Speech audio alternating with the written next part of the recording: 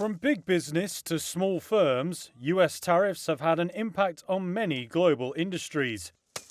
That includes a sugarcane farm in KwaDukuza, a rural, largely poor region on South Africa's eastern coast. Nkusanati Msweli has run the farm for 3 decades as a solid, though small, economic success story.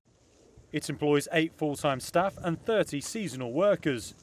Cheap sugar imports were already hurting his earnings when US President Donald Trump announced a steep tariff on South African imports.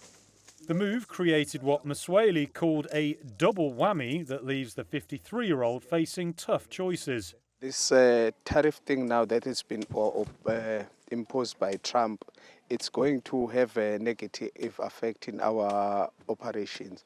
Because now the price that we are selling the cane to the outside countries, it's going to be more. We have to have 30% more of the price, of which the customers will have to compare now which one is cheaper. Eventually they'll go for a cheaper price and then it will affect us. They won't buy our sugar. Trump's 30% tariff on imports from South Africa could deal a blow to exports.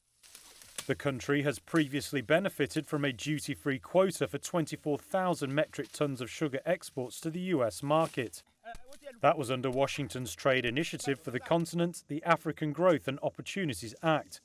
It made up a relatively small 5% of the country's total sugar exports. But the South African Cane Growers Association said the US has served as a premium market that offered high prices, which helped to sustain domestic jobs. Pratish Sharma is a member of the association's board.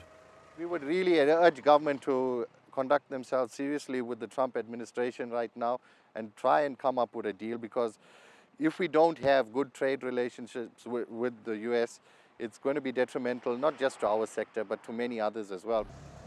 The scale of potential job losses remains unclear. South Africa's sugar industry is valued at around $1.42 billion.